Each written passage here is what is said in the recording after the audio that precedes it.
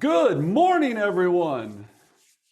How are we doing out there? Oh man, look at all these old friends. Lane, how you doing? Jeremy, always good to see you, buddy. Eric, awesome to see you guys. This is fantastic. Well, I know we have quite a bit of people expected to jump on here, so we're pretty pumped up. So, virtual business planning, right? How we're going to survive and thrive in a ever-changing market. So, we're gonna go into a lot today. We're going to go fast, we're going to go thorough, and we're going to make sure you leave today with an action plan, not just a business plan, but an action plan that is going to have you go through this interesting time and end up on the other side way better than anyone else. So we're going to have to do a couple of things to make sure that this works. You will need pen and paper. I've said that before, and some of you go, whatever.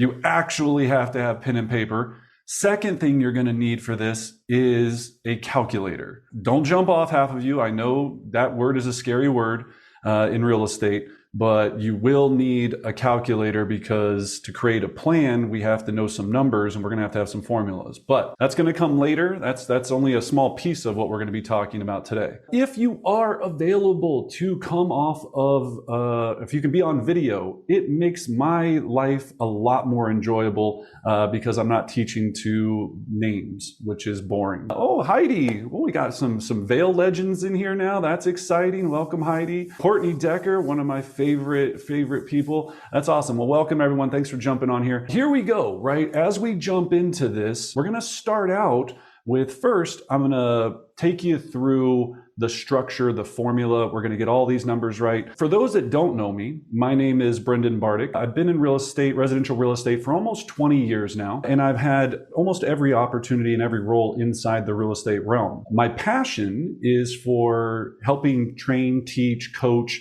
and hopefully inspire real estate professionals to understand that this isn't that hard. It's hard if you don't have a system. And so I love systems. I love structure. I love all of the things that most real estate professionals don't really enjoy. And I'm going to try to help you understand how to make some of these things fun, how to make some of these things enjoyable, and really how to make sure that you are on track to dominate the next 12 months. So we're going to jump right in. I'm also honored to be here with my friend, business partner, Anna McKeel. So Anna, any special notes for anyone before we jump in? Welcome. Hello. We are excited to get going. If you guys have any questions, don't hesitate to reach out to me in the chat box. We'll facilitate questions throughout the presentation.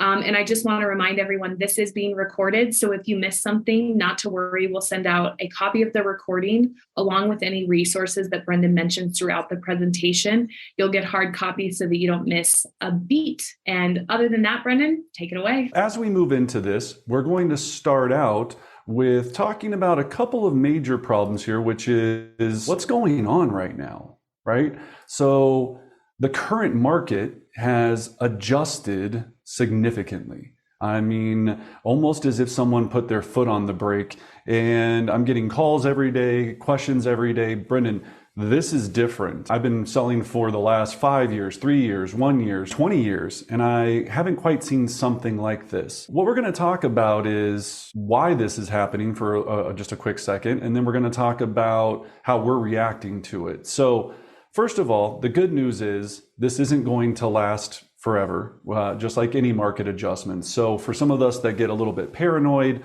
we're going, oh my gosh, did I get in the wrong industry at the wrong time? Markets correct all of the time. People always have to buy and sell real estate. What this creates is an environment for the true professionals, the people that are here today wanting to learn, to how to navigate this and take advantage when you just don't have to put a sign in the yard and have 75 buyers show up.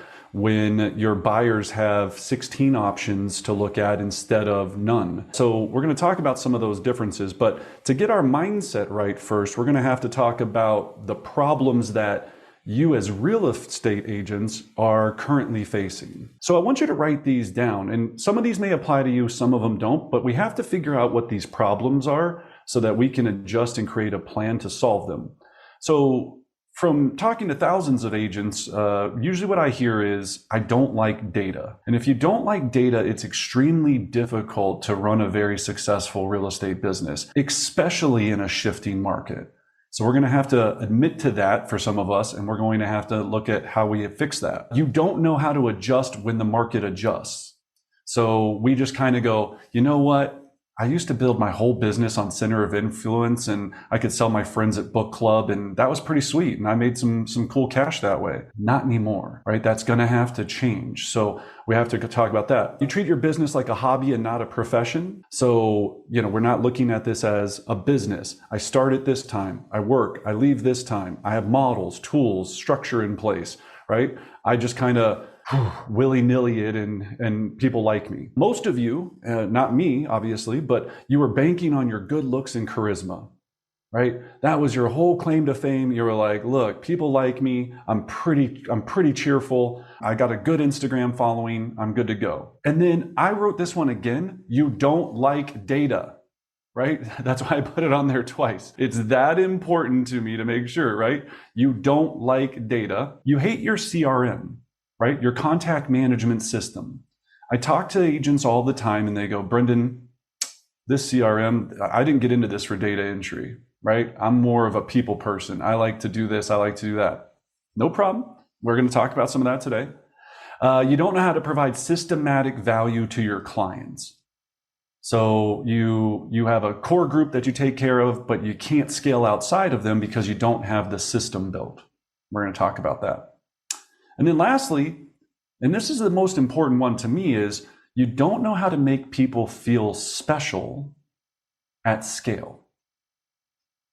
So if you think about real estate, really our only job in this entire business is to make people feel special.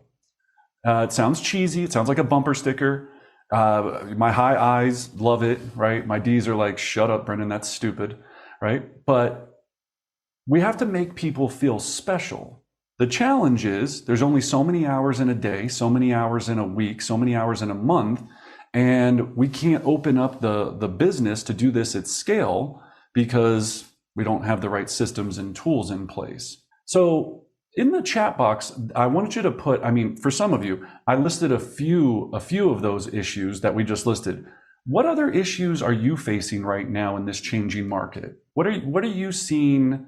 Unmotivated, Brenda? Absolutely, right? They're like, maybe I'll buy, maybe I won't. I don't really care. Maybe I'll sell, maybe I won't, right? Well, I'm going to see what's going to happen. Yeah, motivation, Jeremy, absolutely. Anything else that you're seeing out in the streets that you're challenged with right now? Fear. Yeah, Alex said fear, right? So Alex, I think you're right. Tennille also said fear. Expanding your profile. I love that. Unrealistic buyers and sellers. Yeah. My neighbor sold for X, right? Like there's no way I would take that. He just sold for X 6 months ago and you want me to take 50 or 100 less than what my neighbor's exact house just closed for? Ooh, funding. Boy, you guys, we got a lot of problems, right? They're filling in there. Here's the good news. Here's the only thing that I start my day with that always keeps me from having a nervous breakdown is whatever MLS you utilize, usually you have a dashboard in your MLS that says what's happened in the last 24 hours or the last 7 days. And I have yet to go on there and yet in my life and see that one house hasn't gone under contract in the last 24 hours. So I know that business is still happening. That's my one sanity. And usually it's a ton. Here in the metro area, there's still 370 deals going pending every day. There's a lot of activity, listings taken, coming soon's posted. But we get into our minds and we go, everything's frozen and it's done. So, and here it's snowing today. You know what?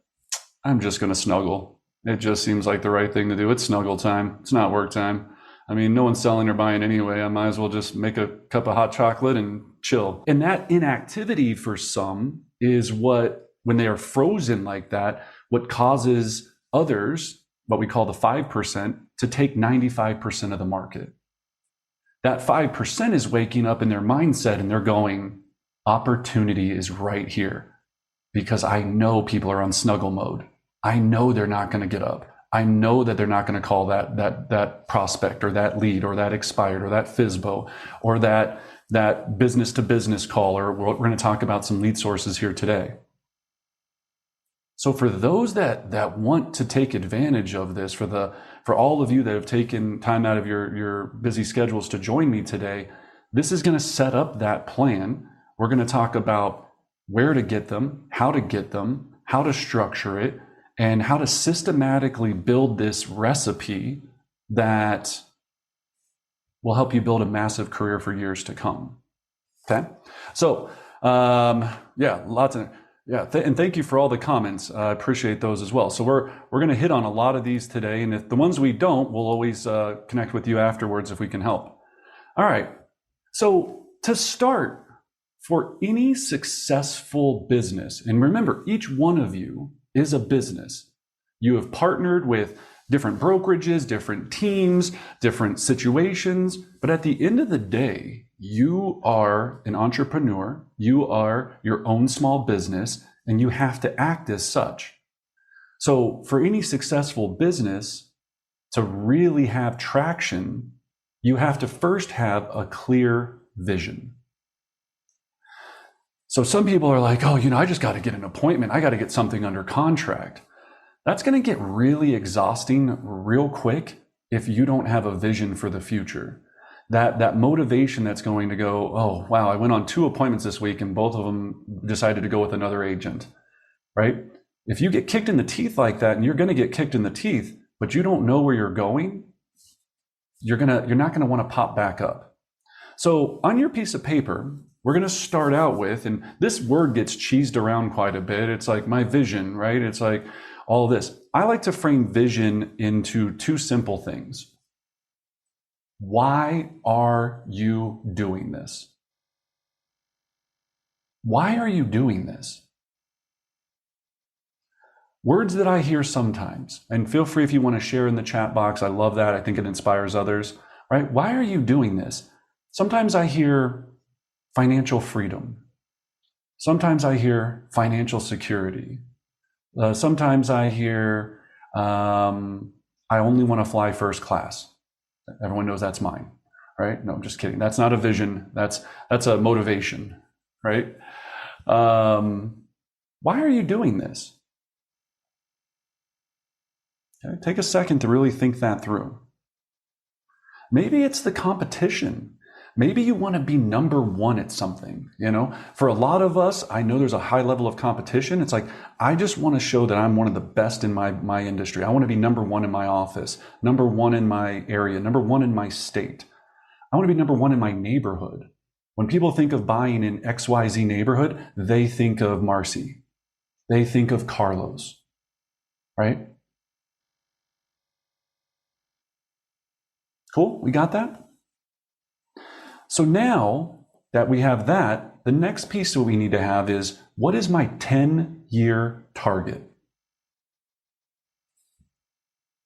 And here's how I'm going to define your 10-year target for you. And I want you to give this some thought. And this is gonna, for some of us, we're going to be like, yeah, okay. And then some, you're going to get this, okay?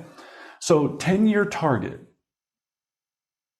In 10 years, if I do everything right with my business, and I closed my eyes and I thought about what my business looks like in 10 years, what are some bullet points that you would start to put down?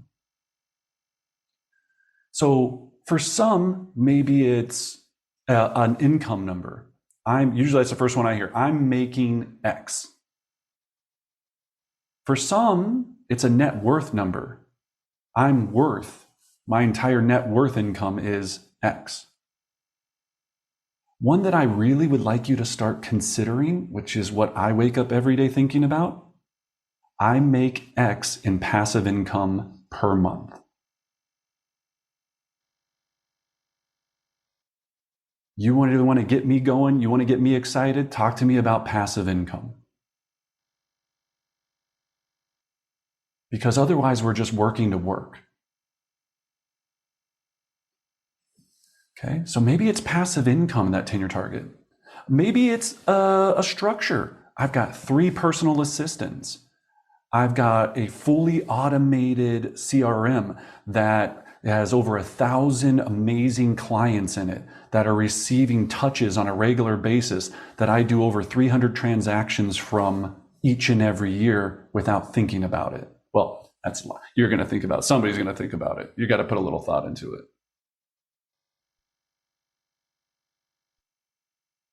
Remember, this isn't your life plan. This isn't, I own a home in Vail. I own a home in Barbados. This isn't that. I mean, that you can throw that in there for all you high eyes. This is a business 10-year target. Business 10-year target. I love that. Build a legacy for my girls for the vision. That's awesome. To bridge the wealth gaps. Absolutely, Tanil. Fantastic. Team of 5. I love it. All right. So 10-year target for your business. You should probably have 3 to 5 bullet points here. I'm just trying to push you to try to frame this. Again, I live and love all this stuff, but sometimes for some of us, we got to start triggering some ideas. And don't worry, it'll change over time. It'll change, with different things that come up in your life. Cool. For some, it might be, I'm out of the business. 10 years from now, I'm chilling. Like, that's totally acceptable, right? Like 10 years, I'm done. 10 years, heck, 5 years, I'm out, right? We're going to talk about that too, right? So we'll talk about that. So next, now that you've got your 10-year, now I want to talk about write this down, 3-year picture. So you have a 10-year target. We have a 3-year picture. So we go from 10 to 3, and then obviously we're going to go to 1 here in a second. But when we're talking about the 3, and my good friend Gary Keller tells me this all the time, people greatly overestimate what they can do in 1 year and greatly underestimate what they can accomplish in 3. People greatly overestimate what they can accomplish in 1 year and greatly underestimate what they can accomplish in 3. Because we all have these amazing intentions for the next 12 months. I'm going to do this. You're like, yeah, I'm ready to go. You get all hyped up because you just got back from some training. You got back from some class. You're ready to go and you're all pumped up. Well, that's great. But without this 3-year picture, we can reverse engineer 3 years because we can actually start using some realistic data. I know that word, data, right? But we can really start building something special in 3 years. The 10-year is where you want to be, right? The 3-year is, I'm going to use some simplistic numbers here to really figure some things out. So same thing with your 3-year picture. Let's start putting some bullet points. So whether you have to close your eyes or not, I like to close my eyes because I like to just vision it, right? Or see it in my mind. What does your business look like in 3 years? You did everything right. You nailed it exactly the way you were supposed to. If I know some people are joining us from the mortgage industry and some other industries, but most of us have a closed unit goal, right? For a lot of people. How many units are you closing in 3 years? How much are you making in passive income monthly in 3 years? How much leverage do you have? And that's a key word, right? Our triangle for all of you, leads, listings, leverage. That's the triangle to any successful real estate business. We have to have enough leads. We have to be focused on getting listings because they generate more leads and control our time. And then we have to build leverage around our business so that you don't have to be there every single day doing the grunt work, if you will. So what does your 3-year leverage plan look like? So for those that don't have yet a personal assistant, it's nice. I don't care what you have on your plan. Just put side asterisk next to it, personal assistant in 3 years, right? I'm telling you, it's the best. You want that, okay? But if you don't, that's fine too. All right? Would anyone like to share what their 3-year picture looks like? Or just 1 or 2 things on it? Oh, Tamara, sorry, can't spell or read today. Yeah, please. No, you're right. It's Tamara. It's like Tamara. There we go. Right. I was lucky. Thank you. How are you? I've never thought about a 3-year picture, so I appreciate it, actually. 3 to 4 closings per month. by the 3 years. Yep. 100% commission at my firm within the first 2 months of the Happy. second and third year.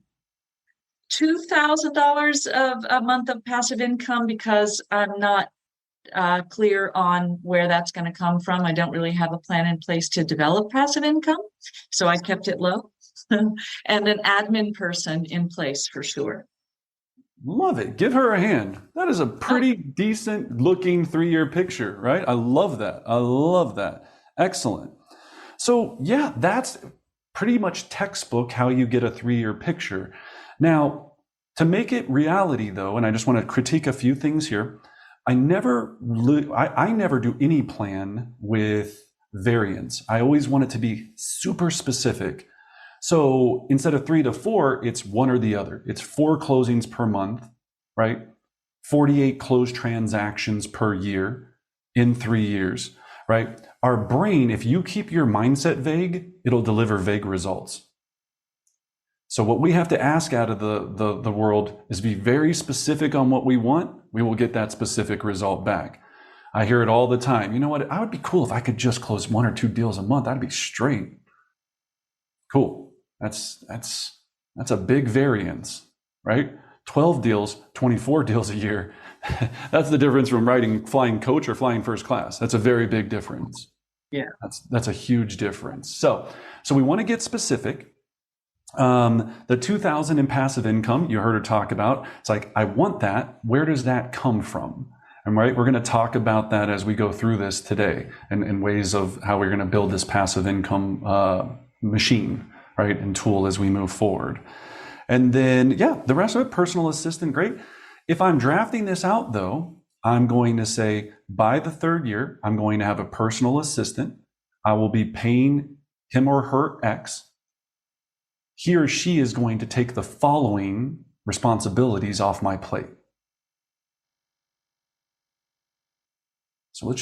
So again, for anyone's, we can't customize everyone's today, but we'll try to just kind of give you some ideas on what that looks like. Awesome. All right, cool. All right, so everyone's clear. You've got your 10-year, you got your vision. First, we got our vision. We've got our 10-year target. We've got our 3-year picture.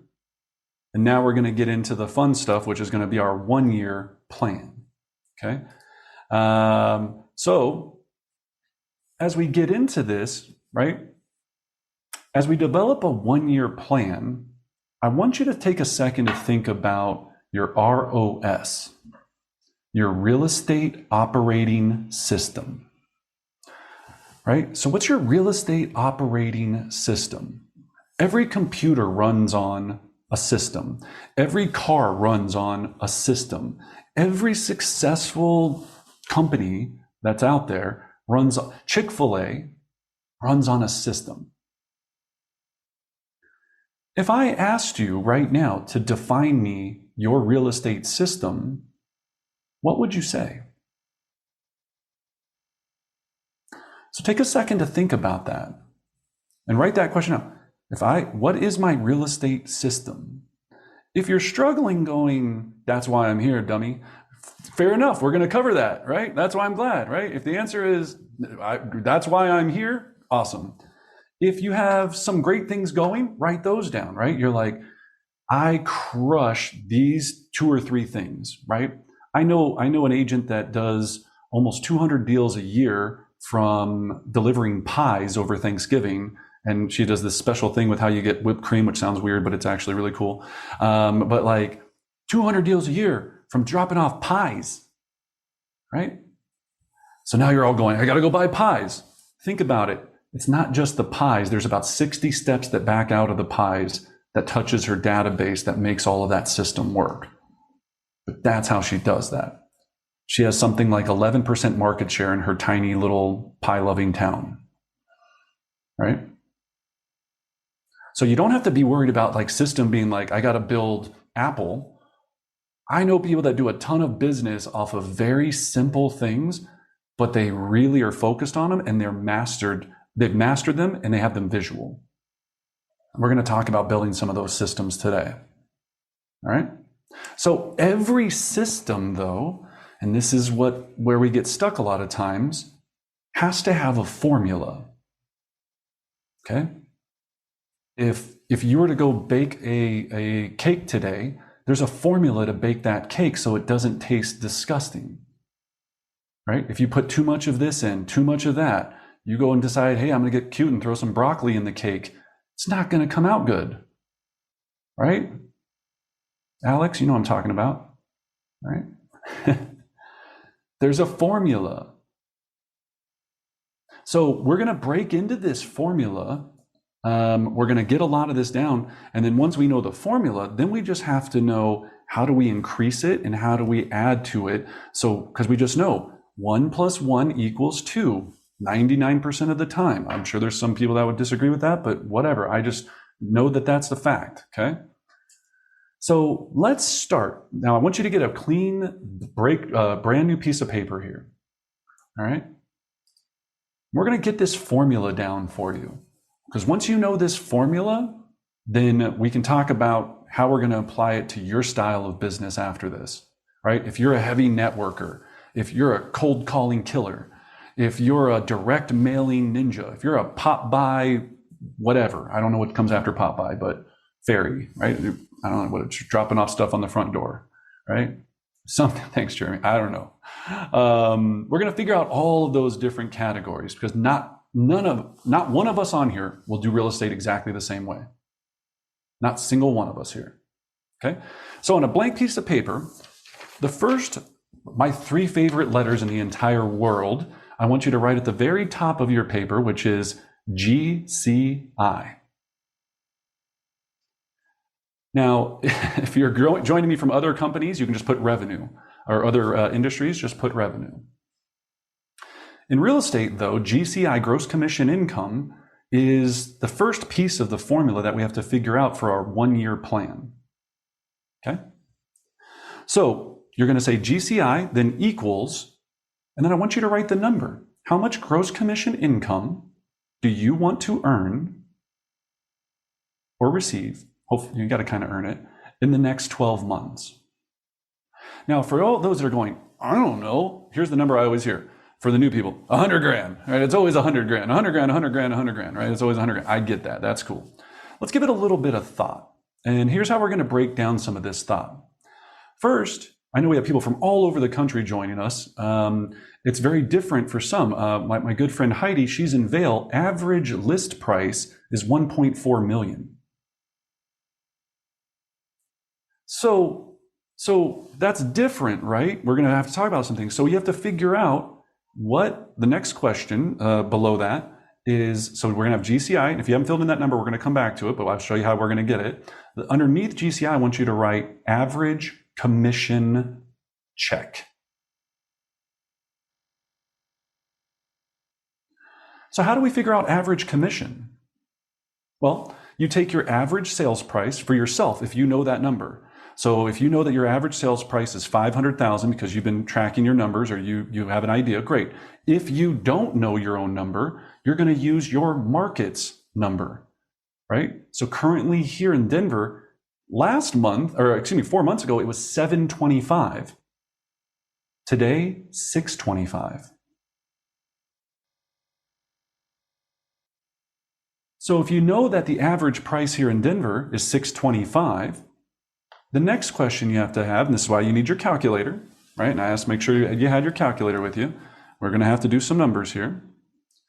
So if your average sales price was 625, you're going to multiply that times what your average commission rate is. Now, before you all just start throwing 3% down like it's hotcakes, right? Take a second to pause and think about it. Did you pay out any referral fees? Are you giving the family hookup deal to half your clients because you're too afraid to ask for the full, your full worth, right? You're like, oh, I do a lot of family business, so my average list commission is 2%. And, oh, I rebate back 1% to this. Okay. If you don't know your number, use 3%. I'm totally fine with that, right? Depending on if you're in Canada, I know it's different there. If you're joining us from some other places, it's a little bit different. So let's just pretend 625 times 0.03%. That means average commission, $18,750. delicious, right? That's a wonderful thing to see, okay? So now that might give you some framework. If you are up in Michigan in some places, maybe your average sales price is different. If you're in Vail, if you're in a luxury market, it's different. So does everyone have their GCI target number now? And here's how I want you to think about it.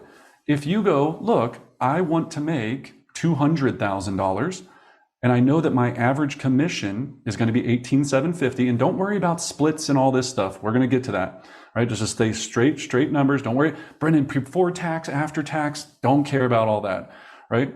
We're going to take 200,000 divided by 18,000, what I say, 750. That means that I would have to close 10 transactions to bring in that level of revenue, if that's your average sales commission. Okay?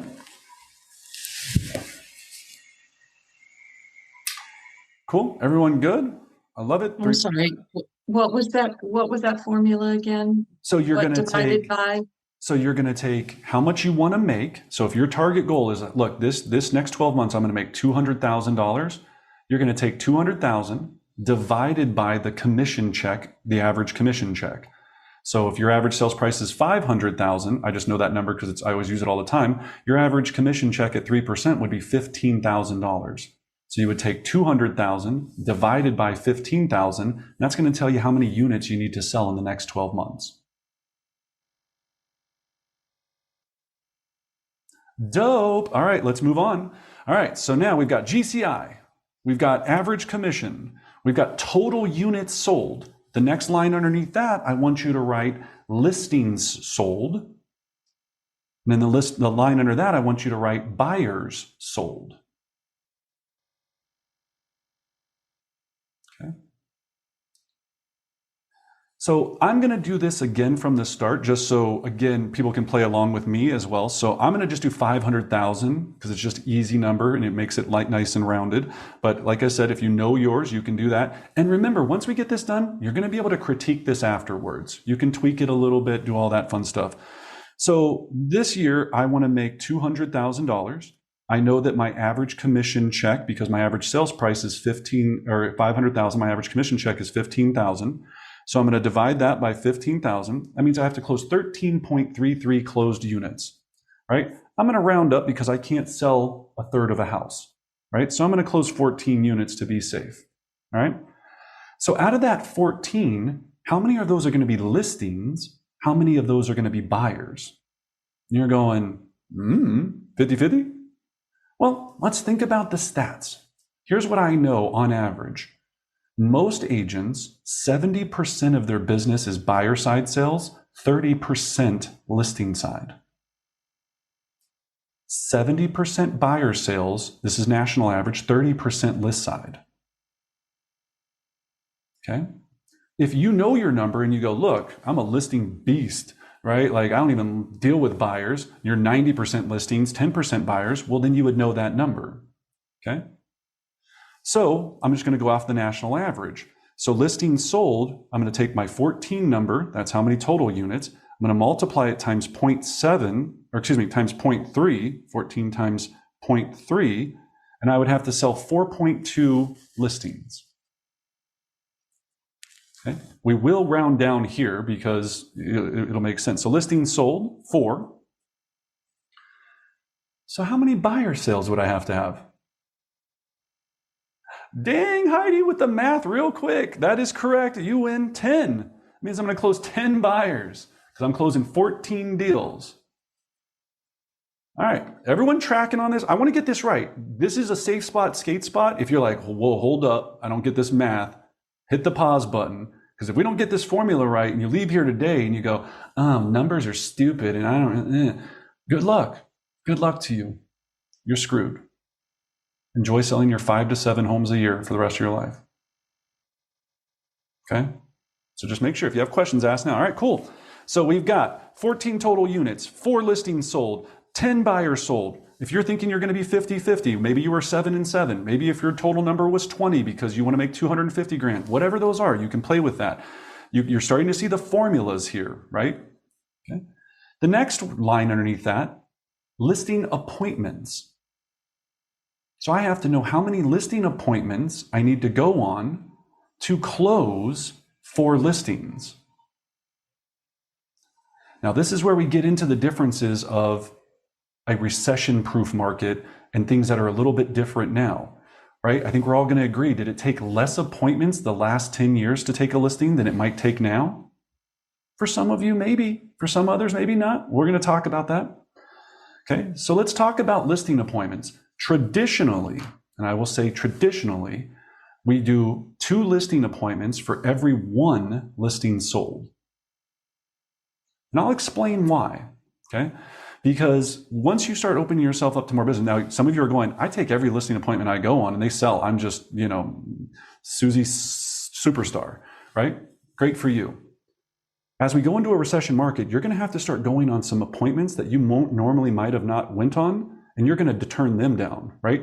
You're going to go meet with a for sale by owner. You're going to go meet with that one seller who was like, I want 2.5 million. You're like, the house is worth 1.7, bro. Like, it's not going to happen. In your head, don't say that to them outright, right? But they're going to go on that appointment, and then you're going to go, as a business decision, I'm not going to take this listing because it's going to waste my time, money, and headache because they're so far out of the realm. So you're going to turn that listing down. So on that notion, just on our equation, if I had to sell 4 listings, how many appointments would I need to go on?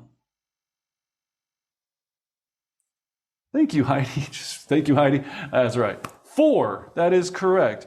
So 4 listing appointments. Let's go ahead and put that in, or whatever your number was for your scenario, but a 2-to-1 ratio. And here's why, the next line, why you want to be a listing agent. So below this, if we have listing appointments, next thing we need to know is how many buyer appointments.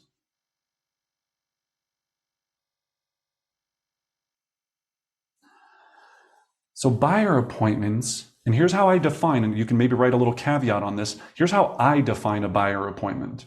Anytime I meet with a buyer. So here's how I explain that.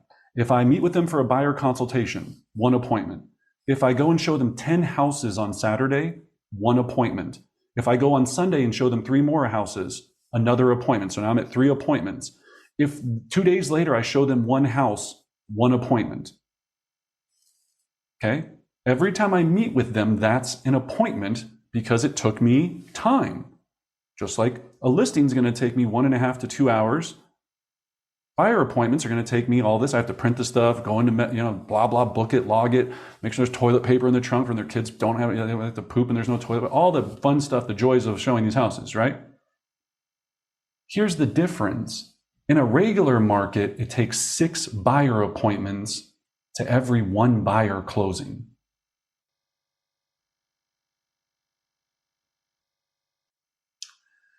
The question now is, how many does it take in a shifting market? Because some of you just go, 6? What? Like I take people out twice and they buy every time. Liars. You are lying to yourselves. That's a lie, right? Some of you are like, I only show serious buyers. So yeah, I'm talking all of this, right? You know how many inspections I've been to for a listing? You know how many inspections you go to with a buyer? 1. That's twice as much work. Think about it. Okay? So I would put, to be safe here, and we would rather be conservative, I would put 8. It's going to take you 8 buyer appointments on average. Now, remember too, when I mean buyer appointment, you might go meet with a new buyer that's not pre-qualified yet because you're getting out there and you're meeting people. You might meet with a buyer that has to get credit repair. You might meet with a buyer that might be a buyer 12 months from now because they're going through a divorce. Don't think it's just, sometimes we get stuck in our head and we go, I go and show this many houses. That's not just it. It's getting in front of people. I want you to get out there right now. You're going to have to meet more people that are maybe not as qualified as they used to be to build up your garbage pipeline, to turn that garbage into diamonds. Before you could just work with diamonds. Now we got to get, I guess, what is it? Coal? Coal. I don't know if that word makes, I don't know, whatever the hell makes diamonds, right? You got to start with something at the top. I think it's coal. I don't know. It's coal, right? That's what the pressure creates a, yeah, okay, cool. All right, you know what I'm talking about. All right, cool. Just make sure you're awake. All right. So if we have to close 10 buyers, 80 buyer appointments. All right. If you're using that number, if you feel you're 6 or you feel you're 5, or you actually know your numbers, I know a lot of our team, a lot of our group is on here and they know their numbers, use that number, right? So underneath, so now let's recap. If you're playing along at 500,000, right? I want to make 200 grand. My average sales price is 500,000. My average commission check is 15 grand. I need to sell 14 units. I need to sell at a 70-30 because depending on your style, we're just saying on the national average, I'm going to sell 4 listings. I'm going to sell 10 buyers. I'm going to go on 4 listing appointments. Whoops, I was wrong. 8 listing appointments. Thank you, Heidi. 8 listing appointments, I apologize, to sell 4. And I'm going to go on 80 buyer appointments. See why listings are awesome? Okay. So now underneath that, I want you to write total appointments and then whatever your number was. In this instance, right, it's going to be 88 appointments. Out of 365 working business days. Well, that's not working business days. Out of 365 working 7 days a week business days. We're going to talk about the weeks here in a second. So don't freak out. Oh, thank you, Alex. Yes, 8 listing appointments. Thank you. Yeah, absolutely. Appreciate that. Cool. So total appointments, 88. So now we have to think about what leads us to an appointment. The nastiest word in real estate, contacts, or what I like to call conversations about love, right? Because I love money. And when I get to have these conversations, it turns into money. So it's all how you frame it. For me, it's conversations about love. Contact sounds like a skin irritation, right? And that's not pleasant. That's how we frame this, right? I don't want contacts. I want conversations about love. All right? So how many conversations do I need for every appointment held? And that's what we're going to think about now. So I'm going to give you some numbers because we track all of our numbers here at Elite Home Partners. And it's very exciting today. We're launching our new company, which is Elite Home Partners. So you'll hear me say that sometimes. Everyone's like, what's up with the Bartic group? We've now, our whole team has come together. We're all agent-owned, agent-operated, and now we are Elite Home Partners. So it's an exciting day for us. Coming to a city near you soon. But at Elite Home Partners, we track all of this data, right? All this information. And generally, in a non-recession market, it would take 50 conversations about love for one appointment held. Okay? 50 conversations to every one appointment held. So let's just look at those numbers for a second, right? If we said, okay, 88 appointments times 50 love conversations, that's 4,400 conversations about buying or selling real estate. Some of you right now just said, click, I'm out, peace, right? Like, I understand. This is to make $200,000 a year. You know what percentage of the country makes more than $200,000 a year? 1%. That puts you in the 1% group. 200 G's to talk to 4,400 lovers, right? Okay. So here's what's exciting though, even if we're going off this number, we're going to talk about messing with this a little bit. 4,400 divided by 46, and I'm going to explain why, working weeks. not 52, because you're going to have holidays, trainings, snuggle days, snow days, all this BS, right? Right? So you're going to work 46 weeks. 4,400 divided by 46, and you can set your watch to it, 95 conversations a week. 95 conversations a week divided by, and I know this is a stretch for some of you, 5 working days. I have to have 19 conversations a day to be in the top 1%. And I will tell you, this number has worked for years. This worked during the last crash. This number worked in all the times. What do you think the average agent averages in love conversations per week? Put it in the chat box. What do you think? A guess. Just not hardcore prospectors, average agents. Or maybe yourself. How many conversations are you having a week about buying or selling real estate? 19 a day. I love that. 20, Grace, I love it. 20 a week though, right? Grace, 20 a week? Or is that still a day? I hope she's a day. So this is, 10 to 15 per day. I love it. 6 a week. Excellent. Right? So some of you, and I'm going to explain how this changes. Some of you, remember, this is 50 on average. Some of us that are brand new, that number is going to be much higher. Because you don't know what you're saying, what you're doing. You're hitting that tree. You don't have an axe. You're hitting that tree with a baseball bat. You're like, I'm going to cut this sucker down. I don't know how, but I'm just going to keep swinging at this sucker. It's going to eventually fall, or I'm going to break this bat, right? Others, we've sharpened the tool. Role play. We have experience. We are naturally gifted, right? Jeremy, right? He's naturally gifted. Jeremy's a very talented role play specialist. So when he's on the phone, it might take him 35 to have that same amount of conversion ratio.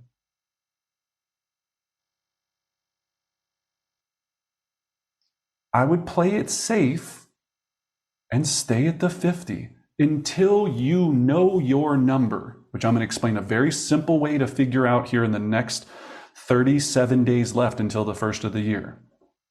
Think about that. 37 days left until, or 36, I got lost. 37 or 36, until 2023. Okay. We have a question. Yeah. Do you have experience with Canada? We do not have Red X. Yeah, absolutely. So I've talked about this quite a bit. So they're just meaning like to be able to pull expired for sell by owner data. There's several other companies that do it that I can also recommend. So besides the Red X, there's Vulcan 7, there's Land Voice, Mojo. If none of them can pull data, the Coles directory in Canada, I know can. It just doesn't have a dialer adapted to it. Coles directory. And if none of that works, let me know. I have some hardcore prospectors in Canada that I can connect you with. Cool. All right. So that's the depressing part. Who knew we had to talk to people about buying or selling real estate for them to turn into appointments? Yuck. Right? Ugh. I wish I could just do it another way. All right. So now that we have total conversations, the last number that we want to know to create our 1-year plan is hours of lead gen per day or per week, right? So we're gonna do both numbers. So hours of lead gen. So if we know we need to have 20 conversations a day, and you've heard that. Now, for some of you, maybe it's 10. For some of you, maybe it's 30, whatever the number might be. But for the normal person to make 200 grand, average sales price of 500,000 comes out to these numbers. If you go, well, that sucks. My average sales price is 250,000. Don't fret. If you're in another area where your average sales price is 250 or less, this is not the biggest problem. Here's what's nice for you. And I'm going to explain this very, very much as I possibly can. As you go up in price point, there's less people that can buy, which means you have to have more conversations. And I want to make sure you understand that. It really does work that way from an outbound lead generation standpoint until your database is big enough that you're working with center of influence and past clients, which we're going to go into next and how to build that system, right? This is a what I just taught you is a fill the funnel system. This is, I don't know anybody. I just got done working at the car wash. I'm coming into this, I'm picking up the phone, and I'm ready to rock. Okay? So if your average sales price is $250, there's a lot more people available to be able to purchase that size or that price point of property. So your conversion might be half. You might need 25 conversations per appointment held. Okay. Cool. All right. So now to figure out hours of lead gen, let's just stay with our average sales price of 500,000. So ask yourself this: how many conversations can I have about buying or selling real estate in 1 hour? Think about that for a second. And here's how you define a conversation. I could call an expired tomorrow morning and they could tell me to kindly go F myself. That's a conversation. It was a very short conversation, but it was still a conversation. They just didn't know how much they wanted to love me. It was just too short, right? So that's one. Then I could talk to my favorite when I'm making just listed or just sold calls, Granny Smith, who's 95 and has no one to talk to. And I'm on there for a nice 25 to 30 minute rant about her grandkids, which I love, right? And it's awesome. Also, one conversation. So you're going to figure this out for yourself. Here's what we know, and it depends on how chatty you are. For most people, when we're lead generating, we're trying to find someone that's motivated, that's interested in buying or selling a home that we can start this process with. We're also trying to make people feel special and build relationships. So typically, we have found that it takes an hour, when you get good at this, for every 10 contacts. Now, some will tell you that that has changed dramatically because less people answer the phone. The call dialer sophistication has become more this and that. So you're going to know your numbers. This is for just the outbound cold callers, right? Do you think you could have 5 conversations an hour? I would go with that as your safe number. So to make $200,000 every year, like it's clockwork, and provide for your family, you have to spend 4 hours a day talking to 20 people about your love for real estate.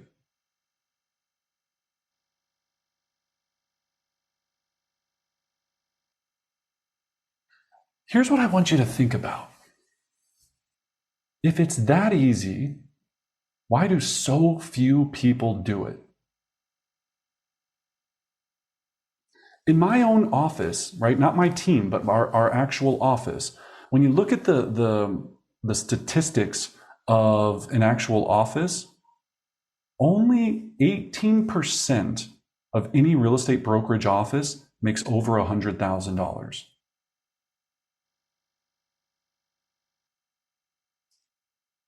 Only 18% does this. So cut those numbers in half again. Actually, it's cut them in, it's actually much more than that, but reduce that number greatly when you get to the 200, then you get to the 300. And you know this because when you go to your sales meeting, it's always the same 7 to 10, maybe 15 people that are always on that board. And then there's the one-offs, the one-offs, the one-offs, the one-offs. What makes them different? Right? Fear, I love that. Fear of rejection, or fear or rejection. I hate both of them. Yeah. Don't know what to talk about. Don't have a solid system to begin dialing. Jamie, you're exactly right. Right? We're going to talk about that today. Too scared to call. Mindset, rejection, working smarter, not harder. This past year helped me tremendously. Went for the luxury listings, helped my GCI increase over last year. That's awesome. Congrats. Right? Cool. So here's what I think about, especially in a recession-proof market. We talk about our personal thermostat. We're all programmed to stay comfortable at 72 degrees. When the recession happens, I have to turn up that dial and have you doing things that you normally wouldn't want to do. And you go up to 85 degrees and you go, whew, it is toasty in here. Screw that. Right back to 72. And as soon as you do that, all the money goes, bye-bye, bye-bye money. because money lives in discomfort. Money lives in discomfort. And let's be honest, making a phone call is a heck of a lot less uncomfortable than cleaning a toilet, than moving the shopping cart at Walmart, than whatever your last job was, because that's why you're here. We get paid an exorbitant amount of money to talk to people about buying or selling real estate. That's it. Okay? All right? So now let's look at your total numbers, and I want to create your 1-year scoreboard for the year. All right? So scoreboards are easy, and I'm not going to give you, we're going to give you some really cool tools that you can use for this as well. At Elite Home Partners, we call it our 5 commitments. So on the back of your paper, if you just make it landscape, or if you're using line paper, I want you to draw, and I'll make this very simple because I'm not an artist by any level.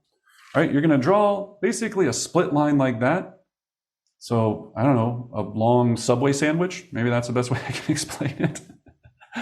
And then you're going to divvy that into 5 boxes. Here's a little tip I learned to do this. Draw the first line down the middle, and then all you need is 2 other lines, right? So, okay? No, I did that wrong. You're going to do, you know what I meant, right? You just need 5 boxes. 5 boxes. Cool? So, on the bottom, thanks, Anthony. I screwed that one up. That's all right. We can't be perfect. So, as long as there's 5 boxes on the bottom, 5 boxes on the top, it's going to work. It used to be 6, that's why. We tried to make it easier.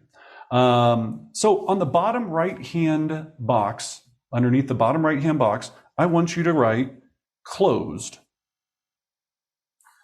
To the box left of that, I want you to write signed. To the box left of that, I want you to write appointments held. To the box left of that, I want you to write the word, for all of my high eyes, conversations about love, and put a little heart and a little rainbow, right? For my hardcore people, contacts, right? So conversations. And then in the very far left box, I want you to put the word hours. You can put hours of lead gen, whatever you want to do, but I just say hours. So now from this data that we just equipped ourselves with, right? So again, closed, signed, appointments, conversations about love, hours of lead gen. Remember the formula. This is called a recipe. We want to make a delicious money cake. Cool? Brendan, some people are asking if you could hold your sheet up so they could see exactly what you're talking about. It's pretty bad because I am not an artist. And remember, it might be reversed. So bottom right hand, so closed, signed, appointments, conversations, hours of lead gen on the bottom. Hey, Brendan, is this the 5 commitments? Yep. So we're just kind of doing it by hand. What Anthony's asking is, yeah. So thanks, Anthony. Yeah, everyone look at Anthony's screen. This is, we'll put this in the chat box for you. This is what we call our 5 commitments. We focus on our big why, and then it looks just like that. Cool? You're saying my art's not good enough? My Subway sandwich cut into 5 pieces wasn't really driving it home? We're trying here, folks. We're trying. Working the best we can. So now go back to your numbers, right? So let's first of all, how many closings? This is going to be for the month. So now we got our year goal, right? And here's what your year goal looks like. It should look like a sheet like this. You want to rewrite this and make it pretty. Where you put this matters. So I tape this on my bathroom mirror. I tape this in my workstation, and I tape this on my refrigerator. What you focus on matters.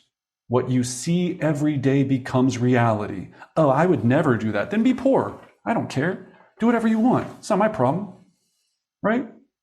Enjoy being poor or poorer. But I want you to have it visual, right? If your number is 14 closed deals, I want your lockbox number to be 1414. But just don't tell me because we don't want to know, right? If your deals closes 30, your lockbox code is 3030. Okay? It's got to be everywhere. It's got to be top of mind. It's got to be like you can taste it. It's so real to you. You can see it. When you do your affirmations in the morning, when you do your morning mastery, you're running it through your head. Before you start role play, you go through your business plan one more time. Okay? Cool. So now we're going to get our monthly 5 commitments. So closed, 14 divided by 12 means that I have to close 1.16 homes a month for me to be successful. So in that bottom right-hand box, I'm going to write 1.16. Signed, right? So I'm going to have to get these amounts signed. Here's how we figure out signed. So the difference between closed and signed means listing agreements and buyer agreements, not closings. All right? So in figuring out this number, everyone is going to have their own, and you're going to see this from tracking, but here's an easy formula to kind of think about. So remember, right, we're going to need to have 14 closed. In your past 12 months, or if you're brand new to this, you want to answer this, but in your past 12 months, did any deals not make it to the finish line? You took a listing, but it didn't sell? You signed a buyer, you had a buyer agents agreement, best of intent, blah, blah, blah, and they moved to some other state. You're like, oh man, you're like, yeah, job transfer, bro. Like, I don't know what happened, right? You're like, shoot. So you have some fallout from signed to closed. The national average that we look at is 20%. Okay, so 20% is going to fall out. So to make numbers easy, right? And you don't want to get tough into these percentages, right? But if I had to have 1.16 closed, or just make it easy, you just wanted to close 1 a month or 2 a month, how many signed would you need to have with a 20% fallout? See who my math people are here. They're like, I don't know.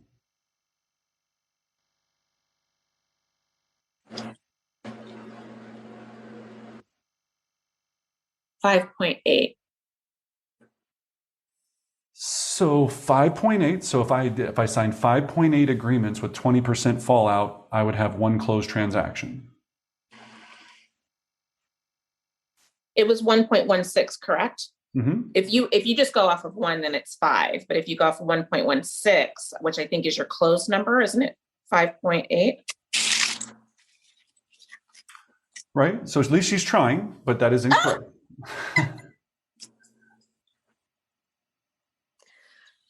20% fallout. Brendan, Yep. it's David. I took 1.25, which is my monthly closings, times 1.2 And your number? was 1.5. There you go. Thank you, David. Exactly right. So I just wanted to get that math right. So remember, 20% fallout. Teal, you got us working hardcore to get all these things signed. We were about to have, 80% fallout. I think it was close. It was just reversed. All right. Cool. So 1.5 to close 1.6. If you're not into all these decimals, just play it safe in your mind. Go, look, I want to sell 24 homes a year. So just think about it. I want to sell 2 homes a month. If I put 24 homes a year, then I have to sell 2 every single month. If I'm going to have about 20% fallout, that means that I have to sign probably 2.4 because of this fallout rate, right? Or 3, make it an easy number. It would be 3 actually, right? Don't get caught up so much in the analytics of it. These 2 numbers are what we call the lag measure. This is what comes from your effort. This is a goal you're setting, but do you have any control over this? You can't control if you close 1.16 deals, right? You don't have control over that. It's just a target to get you to your end number. We're going to get into the 3 biggest numbers that matter here. Okay? Remember, these 2 are lag measures. The next 3 are lead measures. You have control over the next 3 that lead to the next 2 or the last 2. So now we know appointments that we need to have. So we had to have 88 on our previous thing divided by 12. So I have to have 7.3 appointments for me to hit my goal of making 200 grand a year. So I'm going to round that up just because I'd rather be an overachiever than a Remax agent. Just kidding, that's a Remax joke. If you're non-Remax, I had to just joke with you. I love Remax, just messing around, right? So 8 appointments. That's a good one. So now we know how many appointments. Now we go back to our conversations, right? I think we said something like 4,400 divided by 12 months, 366 conversations. Then for hours of lead gen, if I'm talking to 10 per hour, or if I'm talking to 5 per hour, just depends on your efficiency level or what you're calling, it could definitely be an issue there, right? Then if I have to do 366 conversations at 10 contacts an hour, how many hours of lead gen do I have to dedicate to that month? Wish I could have prizes for anyone that gets this stuff, but we're virtual, sorry. Just know you're smarter than the rest of us. So 366 conversations, and I do 10 conversations an hour. How many hours of lead gen would I need a month? 36. 36? 0.6. That's right? 36 hours of lead gen multiply. Yeah, you're dead right? Great job. I hope she's right. I'm not that smart, but it sounded good. So 36 hours of lead gen. So now on the bottom of your loaf of bread, or AKA your visual scoreboard, or your Subway sandwich, what you need to do a month. On the top row is what you're going to track weekly and what you're going to call your actual. Now you're going to say, whoa, Bryn, I thought this was monthly. Hold on. What I want you to do, and we're going to put the tool in the chat box. You can see it here. The 5 commitments. I should have just probably started with that, made my life a lot easier, but I wanted the people to be able to draw because may not be at a printer right now, so we had to do it anyway, right? Is this beautiful document. Getting there, wait for it, it's exciting. There we go, right? Oh, my Adobe's run out. Everyone can see it? Cool. So what I want you to do, if you take the one in the chat box, make sure you save that to your files. Use this one, feel free. I want you to print this. I want you to put your goals in the bottom for the next 12 months like we just figured out. If you get stuck, call me, we'll help you through it. Then every week, first, after you put your goals in, I want you to go laminate it. I want you to laminate this one pager and lock your goals into this piece of paper. Then every week, you're going to update your actuals with a dry erase marker, and you just created your visual scoreboard for the entire year. Well, at least for the month, right? But you'll know every single month that this rotates. So it's now the 3rd week in November. Maybe you don't know where you're at right now. Guess how many appointments you went on. Guess how many conversations you had. Just throw some numbers in there so you have a starting point. Then in November, you're going to reset it. You're going to start tracking this. And then if you're utilizing tech like we use Sisu, some people just use a Google Drive, some people just use a notebook and they just start taking a photocopy of their laminated version, put it in their notebook, and at the end of the year they have 12 months of all of their data so they actually know what they did or didn't do. Okay. Is this making sense? Everybody in it? We're tracking it? I know it's not fun. It's hard, right? This is the meat and potatoes of the business. Okay? But I appreciate so many of you sticking in to listen through it, right? So that tool, that'll change your life if you use it. If you make the decision to use it. So that's the formula. That's the recipe. Now, my high analytics, you might be going, I got to work back through these numbers. I'm not sure. Do not get stuck in analysis paralysis. Do not get stuck in analysis paralysis. Get some numbers on there. If they change in a month and you go, hey, I was way off on my calculations, go back and adjust. But I'm giving you what we've tracked for years and years to start with. Cool? All right. Awesome. Let's move on. So, where do I go and have all of these wonderful conversations? Where do I find them? Where do they come from? I'm an introvert. I don't know anybody. What do I do? So this, you can either, we'll put in the chat box as well. You can either print or create your own on a piece of paper. But every real estate business, and I've been doing this for a long time, I've coached some of the top agents across the country. Your real estate business comes down to 4 important planets of lead generation or lead buckets that pour into or circle your system.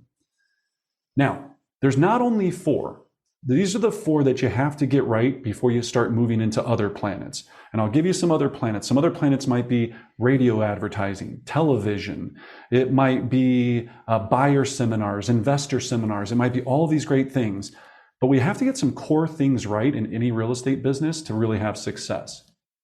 So if you're looking at this or you're listening, right, those 4 are prospecting, what I call lead gen, networking, internet, and direct mail. So in any real estate business, we have to think about these 4. What I want to do today is get your current score for where you're at with each one.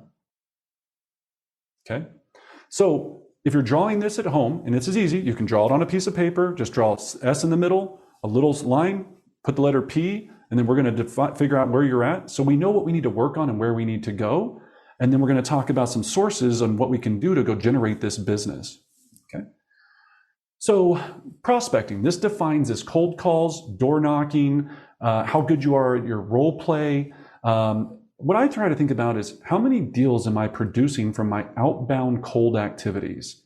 Open houses, door knocking, expireds, for sale by owners, just listed, just sold, probate, REOs, all of these things where I'm going, I have to go and actually hustle, pick up the phone and make some stuff happen, right? I got to make this, I got to make my money. Okay.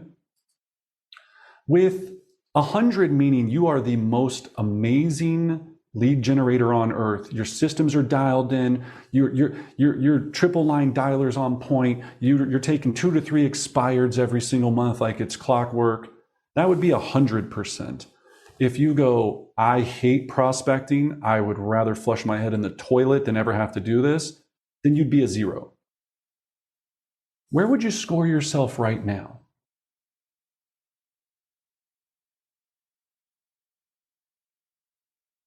On your prospecting system.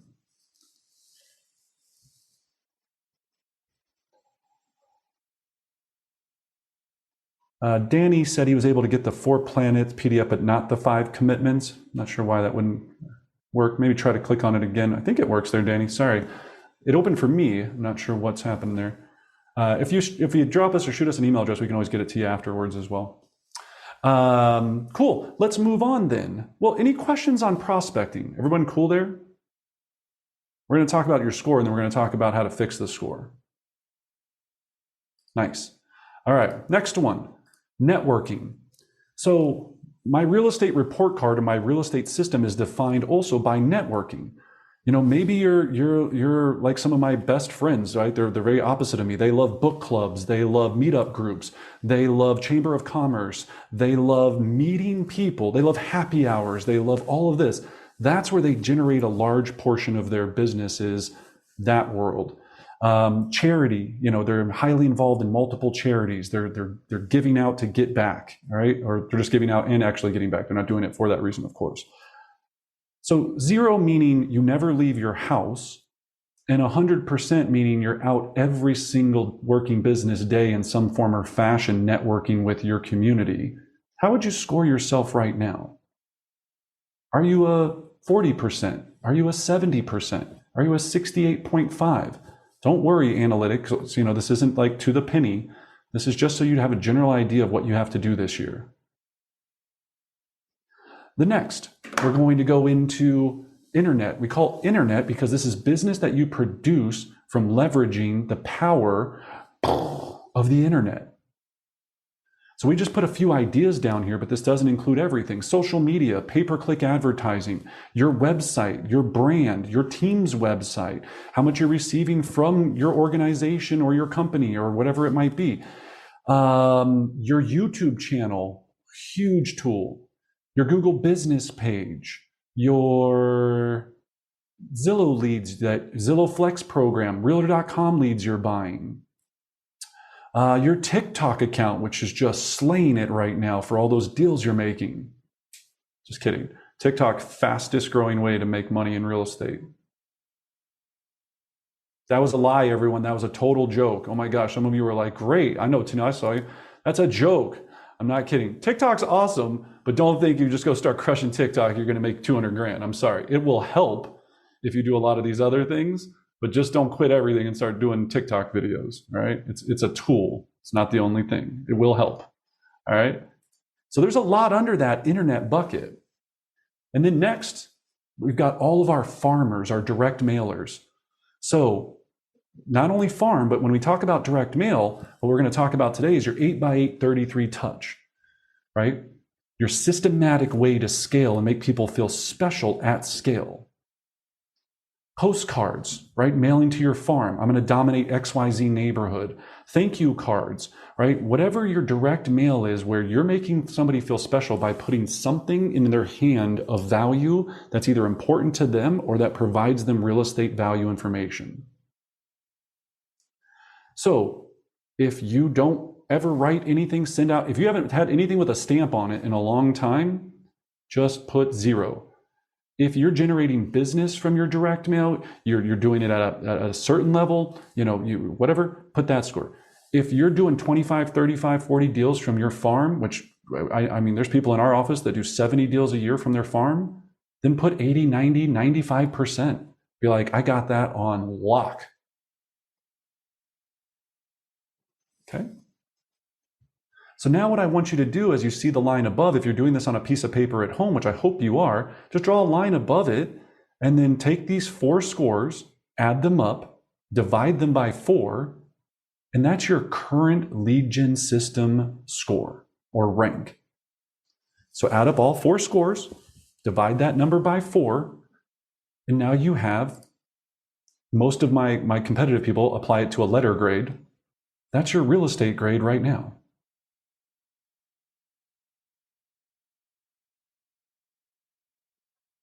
So who's here at 80% or above? I'm not raising my hand because I'm not. Anybody 80% or above? Awesome. Well, good. Then we're all being honest. That means we can actually be honest here and do some work. Thank you, Tamara. 63.75. I love it. I love that. 63. Excellent. That is awesome. Thank you for being honest too and being willing to share. That's great. 63.75. So cool. You don't have to put yours if you want to share. That's awesome. But she knows her score now. So now all we have to start thinking about every single week is, how do I improve each of those 4 buckets just a little bit? Just 2 or 3 percentage points, maybe 1 percentage point, 2 percentage points. So the easiest way to do this is what we focus on matters. Now, with our company, we have a sheet that we all track, and we review it every single week. If you're doing this on your own, it's quite simple.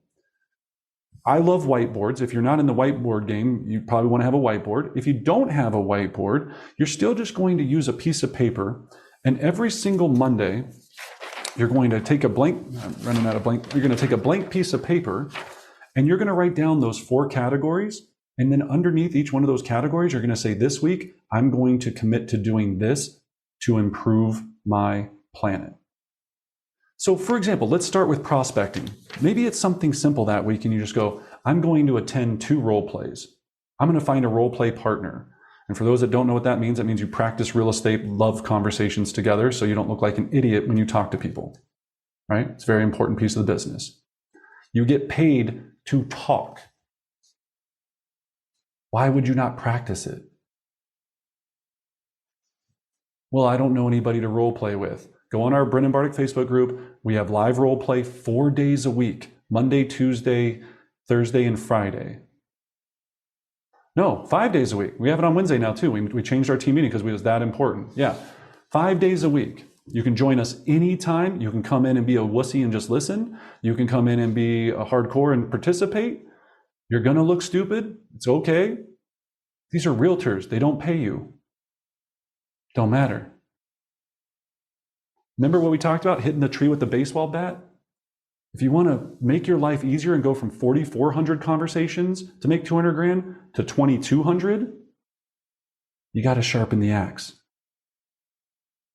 We got to go through that tree a lot faster. Okay? That's the importance of it. I've been role playing for 18 years now. In and out of real estate. That's a role play joke. Anyway.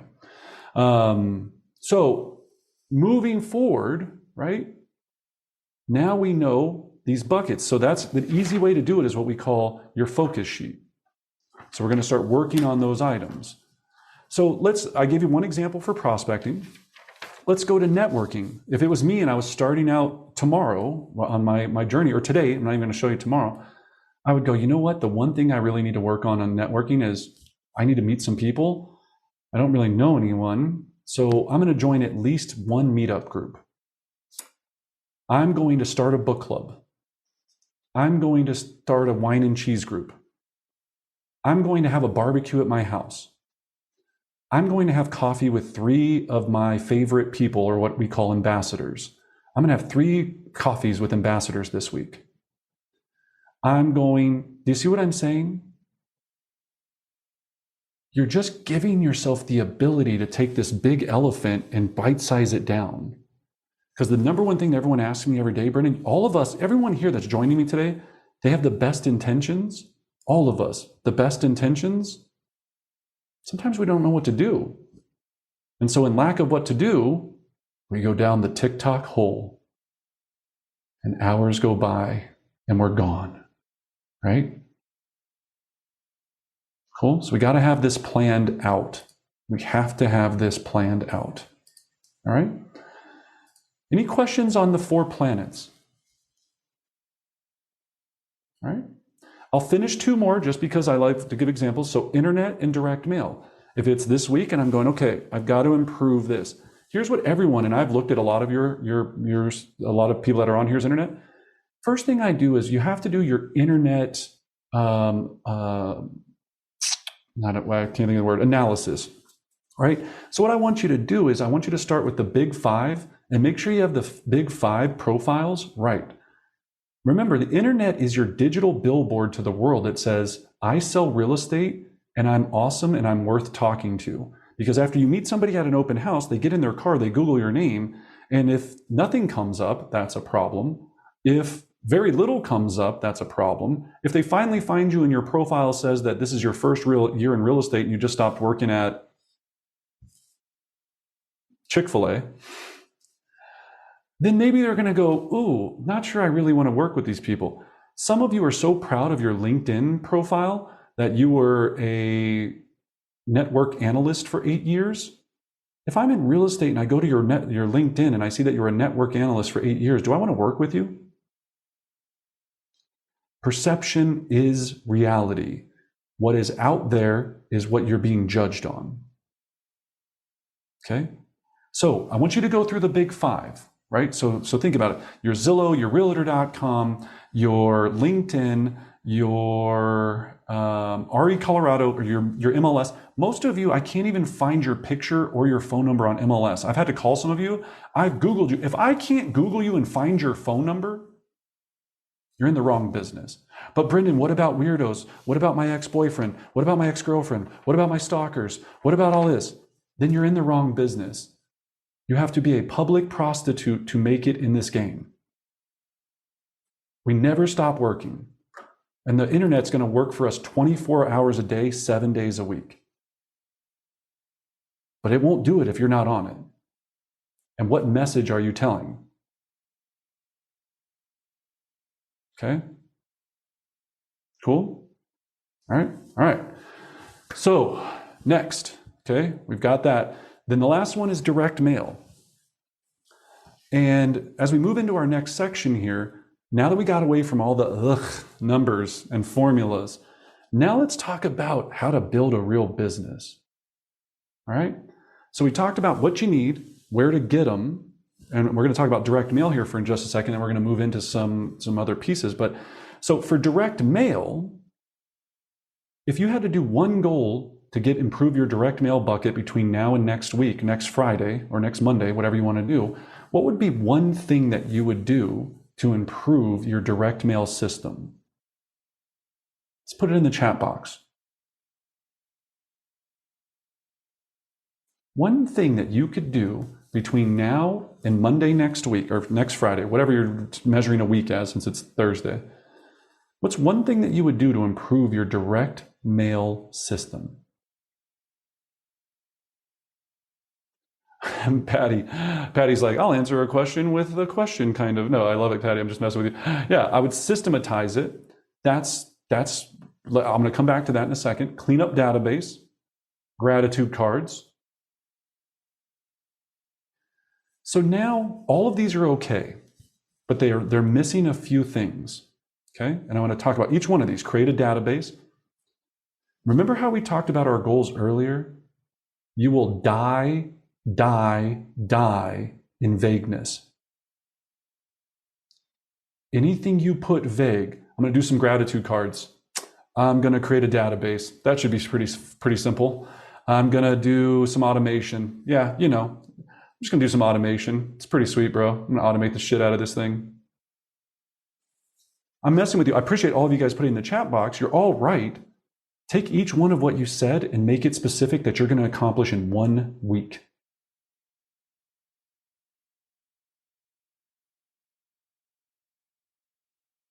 I'm waiting.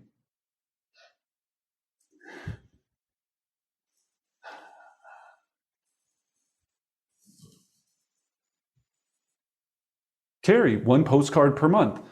Let's get even more specific, Carrie. 1 postcard mailing per month to 75 people, whatever your number is, in my neighborhood. The card is going to be a just listed or just sold from the neighborhood, from my office that I'm going to utilize, or a market report, or the ski slopes are going to be open. Here's where to find the whatever you're going to put out. So I believe it's Kayla or Kyla. Either way, it's a great name. I just make sure I'm not ruining it. But send out 20 thank you cards or thinking of you cards, right? Let's make it more specific. To who? And by when? Right? So I love this. This is the difference of elite agents and average. Anything we put has got to be so specific that I have a measuring stick. All of us go, I want to do X, Y, and Z. All of us want to create. I would love to have a systematic 33 touch that just works like a symphony. What's the one little step that I can take this week to get closer to it? That I know with my busy life, I got to pick up my 6 kids. I got to drop off. I don't have, but I got to take my Pomeranian to the vet. I got all this other stuff I got to do. What is the one thing I know that I'm going to commit to myself that I can move that needle forward, or my team can move that needle forward, that I can get done in the next 7 days? Send 5 handwritten cards of appreciation every second Wednesday of the month at 3 p.m. to my COI asking about Ford method. Lily, great job, right? And to even put a button on that, I would be to my 233 COI, or what exactly the number is. But very, very good. Okay? Patty, I send out birthday cards to every client and get their kids each month with a $5 gift card. My assistant has each month's cards addressed to me by beginning of each month, so I only have to write my note. That is a system. Beautiful, Patty. Exactly, right? And Patty, how many times have you missed that in the last 12 months? Dang, that's what I'm talking about. Never, because it's now systematized, right? She's got that systematized. That is outstanding. Well done. I love it. Okay? Is this making sense? I know it sucks. I know it's not easy, but that's the hard part. Anything I write on my whiteboards, it's got to be specific, very, very specific of what I want this world to do and what I'm asking of myself. And I have to be very honest and realistic. Can I get it done in that time frame? Okay. The hardest step is the first one.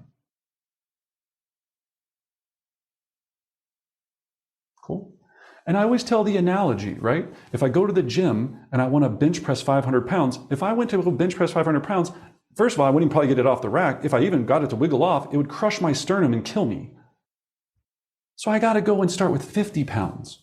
Heck, me, 25 pounds, right? Soft sauce, right? I got to start building up to it little by little. And then still probably never going to get to 500 pounds. But maybe one day, in a million years from now, I will get to 500 pounds. But I'm not going to go. What we find happens is you take on these massive projects and you go, all right, I'm in. I'm going to build this CRM. I'm going to, and then you start doing it and you go, this is overwhelming. I'm never going to get there. So F that, and you stop. Just like dieting, just like anything that you try to do, any of us, not all of us, but try to do to like improve ourselves, we have to bite size it. Cool? All right. I love it. So now you've got your weekly focus sheet, okay, which is awesome. That's dialed in. Let me get here. So also next week, Wednesday, November 30th from 11 to 12, we're going to go into each one of these in depth. That's not for business planning, on how we can help you start creating your funnels. I love the word funnels for each one of these planets. So if you want to join us, we'll have that Zoom link out. Go to Brendan Bartic Real Estate Coaching. It's obviously posted there all the time, and we'll make sure you're there. So as we build this business, we can't do this without a schedule. All right? So here's our Elite Home Partners schedule, and I want to go through this in detail. And we have to start out with go back to your piece of paper for a second, and you have to write this down. Do I have a $50,000 a year calendar or $1 million a year calendar? $1 million a year? Yeah, that's right. Do I have a $50,000 a year calendar or $1 million a year calendar?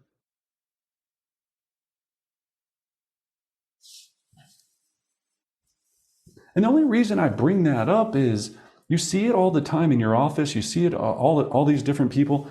Why are some of the people making this amount of money? And sometimes you go, well, that person works 70 hours a week. That's not true. I don't work 70 hours a week. I didn't work 70 hours a week back when I was out, doing this every single day, making listing appointments and all that. It was a lot of work. That's true. But I always say compared to what, right?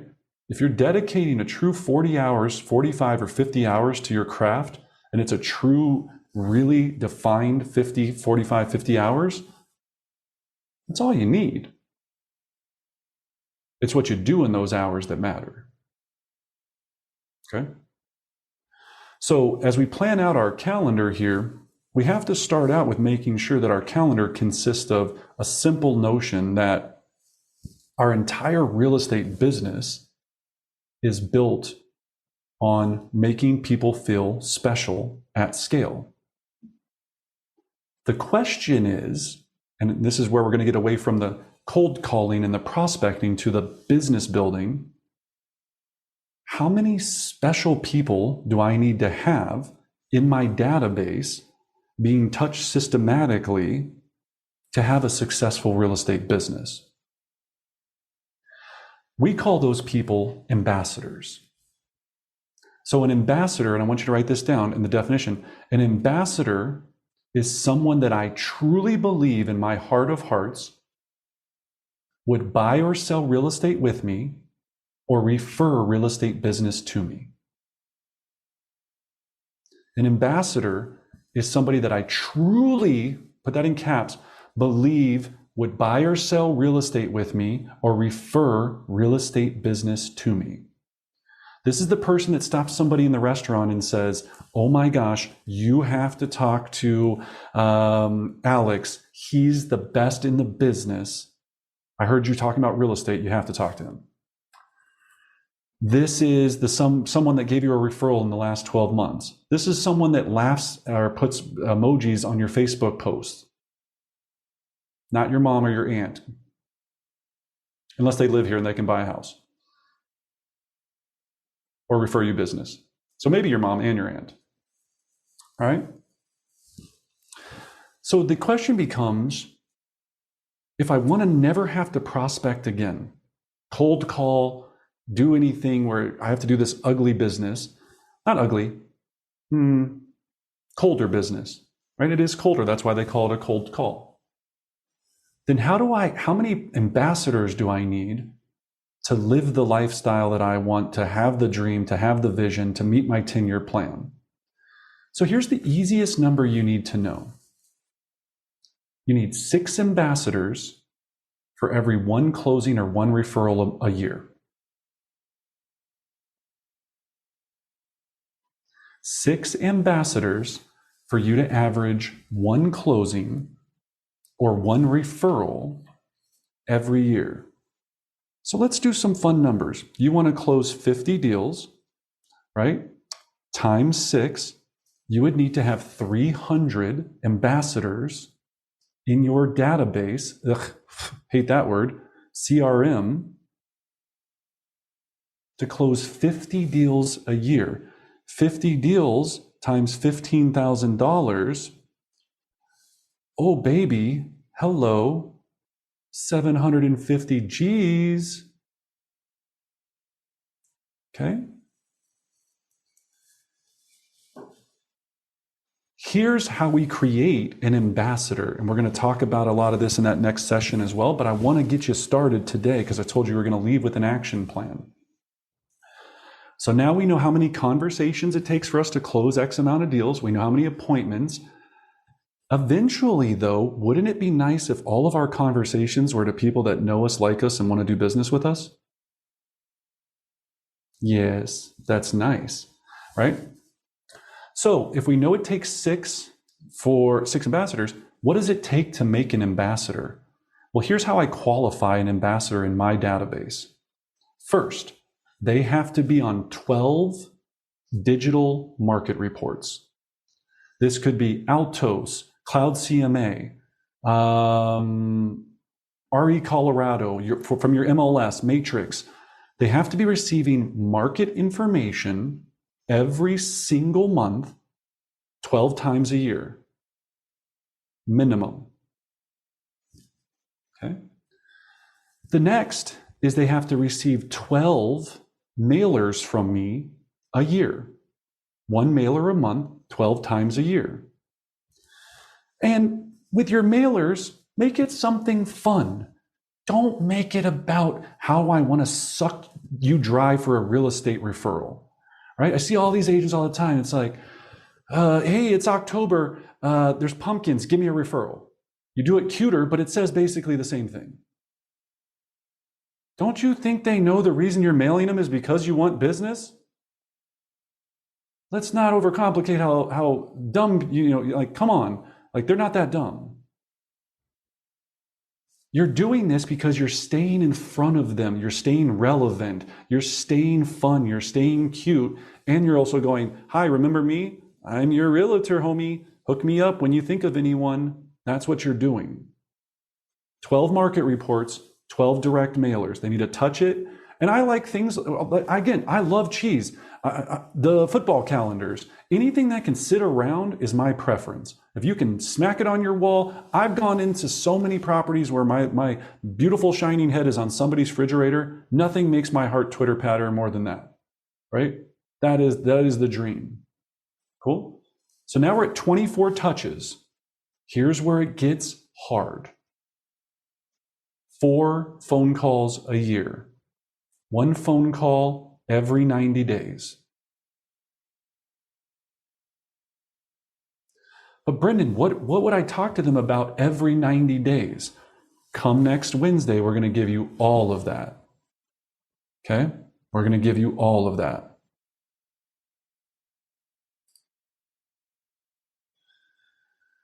So, the last and the trickiest, 5 personal touches.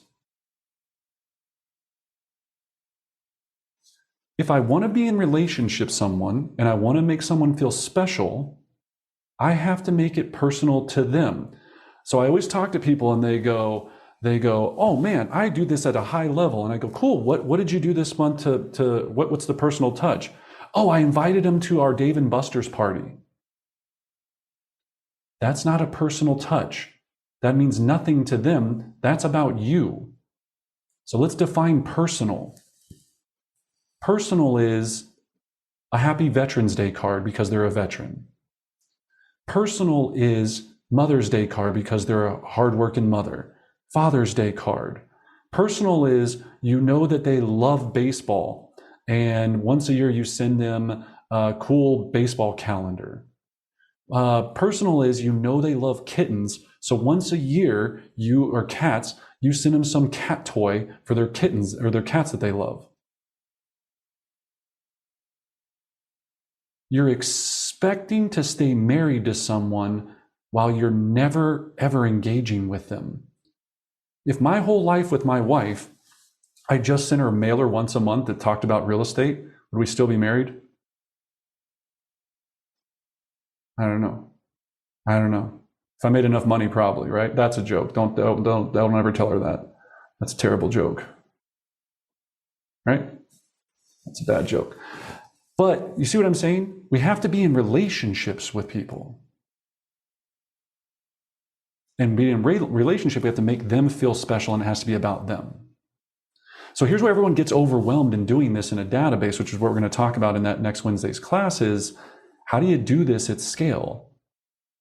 First of all, none of you are working that much that you can't get to your first 50 without even having to figure out really defined systems. You literally 50 of these people, remember, or again, let's just talk about this, right? So 50 times 6, or excuse me, 50 divided by 6, you'll close 8 deals from just 50 Mets, 8.3 deals from 50 Mets. Let's get to 50 first. So if my database, I'm going to look through first and go, do I have 50 people? If you do, awesome. If you don't, we're going to go back to the 4 planets, right? And go start finding some. But if you have 50 people that you already can say yes to this, let's say you know 10 people that you could put your name on and say, I'm pretty sure Uncle Joe would list or sell with me and send me some referral business. We start with Uncle Joe and he's 1. So I go into my CRM, whatever you're using, Follow-Up Boss, Chime, Command, whatever you're using. And I hope you're using a CRM. Otherwise, you're not really a business. I'm sorry. It's just going to be too hard to do at scale. And you're going to go in and you're going to put Uncle Joe in there and you're going to go, cool. I'm going to set him up on a market report. If your website doesn't do this, then you can set him up in your MLS. It's totally fine because you're already paying for MLS. Good. That's 12 touches done. You can set it up on a residual once a month. Then I've got to mail him something once a month. And this is where people get stuck. In the meantime, until you have your mailer game on point, send him a handwritten note card of some form or fashion. Send him, hey, I was just thinking about you. I saw this report of where interest rates are at. Just wanted you to know. Hey, whatever you can find, and then just duplicate it until you get your mail system right. Okay? Then you're going to call once every 90 days with a reason to call. And we're going to give you all these reasons next week, whether you're leveraging your 10-25-90, which is every 10th of the month you're doing a giveaway, every 25th a business spotlight, every 90 days a client appreciation party, whether you're calling them to invite them to your virtual business seminar, your virtual investor seminar, your virtual seller seminar, whether you're calling them to offer him a complimentary market analysis because the market has changed and I just want to get some details and send you an updated analysis. Whether you're calling him to go, oh my gosh, I have a buyer for your neighborhood right now. Do you know of anyone in the area that's looking to sell? On and on and on and on. You don't have any reason not to call. You just don't want to call. Okay? And then with the personal touches, if you don't have 5, start with 1. Do that first 50-pound bench press. Get their birthday. That's about them. Don't do the minimum of what everyone else does and goes, I messaged him on Facebook. You and 72 other people that don't really care about them. You know how many birthday cards I got last year?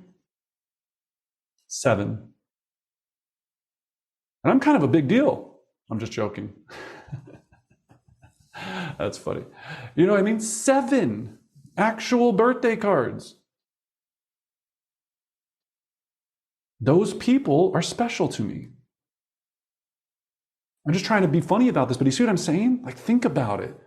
It's the little things that make us stand out. It's those tiny little things that make us stand out. So now you don't get to put your ambassador stamp on anyone until all of what I just told you is complete. This is where everyone freezes because they go, whew, sounds like work. If you have 300 of these, you make $750,000 a year. I'll bring on some people to interview on my next podcast because I coach about 10 different people that are already doing this. We went into their database and more than this. Every single time this equation comes out exactly to that. Now they all do it a little bit different, right? They all have their little spin on it, but it's 33 touches minimum. I know people that do 50 touches a year to less people and get a higher return. I know people that do more people, they'll have 900 people with 24 touches. So can you play with it? Sure. But don't play with it until you at least get this piece right. And then you can start to, right? I always tell people, shoot free throws before you try to start 360 dunking, right? Let's just get some basic reps down pat. So here's what I want you to think about. If I want to do 16 deals in the next 12 months or add 16 more deals to what I'm already doing, I have to have 100 ambassadors.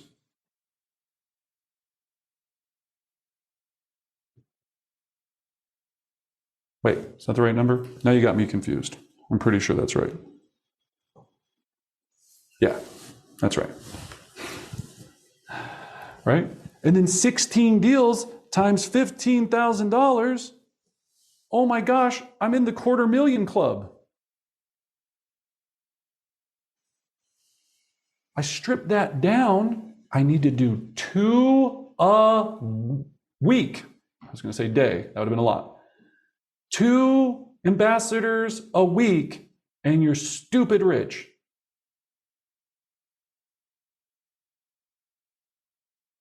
But you can't put that certification on them until that 33 touch minimum is done. Doable? It is. It absolutely is. So I'm sorry for being so dramatic at times, but I'm telling you, it's there for the taking. It's so there for the taking. We just have to bite-size it down. All right? So here's how this schedule looks to accomplish this. All right? 5:30 to 6:15 every single morning, or whatever time that you wake up into the morning mastery. Remember, mastery is an acronym. So it's very simple. M, meditation. A, affirmations. S, script practice. T, 2 notes of gratitude. E, exercise. R, reading. And Y, YouTube. You're going to watch something on YouTube that's going to improve your life. You're going to have 20 minutes of exercise. You're going to send 2 notes of gratitude. You're going to have 5 minutes of affirmations, 5 minutes or 10 minutes of meditation, and you're going to get your brain right and set the day off right.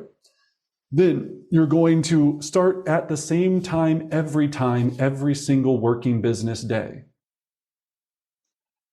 This is the biggest challenge of success. All the time, because you don't have a boss and no one will fire you if you don't show up. So you go, ooh, snowing out, snuggle time again. Snooze, snooze, snooze. Can't do it. You're letting your family down. You're letting your charity down. You're letting your legacy down.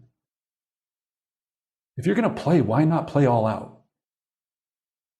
Okay? 7:30 to 10:30, we call it Elite Breakfast Club. This is where we're working on our 4 planets, our COI. We're prospecting and talking to these people, expireds, for sale by owners, just listed, just sold, seasoned leads. In our world, a seasoned lead is a lead that we had in the database that someone left the organization or an ISA left that is a lead that we paid for that is just sitting there doing nothing. We call it a seasoned lead. Notice of elective demand, and we're reaching out to foreclosures. 10:30 to 11, every single day, role play. So now I just went in lead gen, I write down all the objections I received, I come to practice, I get smarter, faster, better, don't have those same objections again. 11 to 12, training, coaching, and mentoring. So this is, again, with Elite Home Partners, every single day of the week, we have something advanced on listing training, buyer training, something of that nature.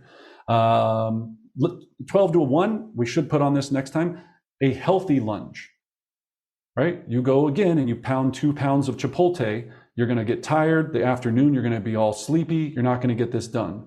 1 to 2, you're gonna put all the leads into your system and you're gonna process them 100%, or you're gonna update your leads, or you're gonna start working on your 33 touch. And then the remainder of your afternoon, 2 to 6 p.m., you're out on appointments, listing buyers, sellers, whatever you're doing. And that's how this works. Write this down before we go here in a second, okay? Write this down. I will never, ever schedule an appointment before 12 p.m. ever again. I will never, ever schedule an appointment before 12 p.m. ever again. If you truly hold yourself accountable to that one statement and allow your mornings to be filled with connecting with your database, don't worry about the ugly words, prospecting, lead generating. You dedicate that to having love conversations about real estate every single working day that you're there. I guarantee you, there's no way that you cannot have success. But here's what's going to happen. You're going to get a call. Buyer's going to go, hey, Carlos, really want to see this property. Can we go look at it tomorrow at 10? You're like, yeah, because that means I don't have to do any work in the morning and I get to go show houses. Cool. And then you feel like you had a job. Control the morning, control your destiny. Let the afternoon become a shit show. Sorry, almost made it the whole time without swearing. And I was like, don't swear, please. I was like, I can't do it. I'm tired. I like swearing. Not all the time, just with you guys. Okay. So does that make sense? Please make that declaration to yourself. It'll change your game. All right. Oh, and then my favorite of all sheets. If there's any one sheet that's made me more money in my entire life, it's this one simple daily accountability sheet. Do you see how this works together? Right? It's a day, a month, a year, bam, bam, bam, bam, bam. We're just trying to take away the ability for us to, it's like bumpers on the road. We're just trying to take the ability for us not to go off the road and crash.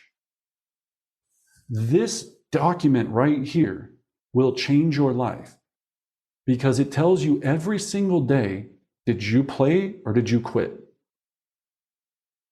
There's going to be days on here when your contact goal was 20 and you have 3. That's okay. You can make it up. It's a week, not a day. There's going to be days on here where things go completely sideways, right? Kid gets sick, you get sick, everyone is sick, something happens. But this sheet is going to keep you on target. Now, for some of you go, this looks terrifying. It is not terrifying. It is simple. You put your name on it, your date on it. You don't know your number per contact right now, but you will. So here's how you know your number per contact. Once you track this for a month, you look at how many people you called and how much money you made. Divide that number by the other number, and that's how much you make for every love conversation about real estate.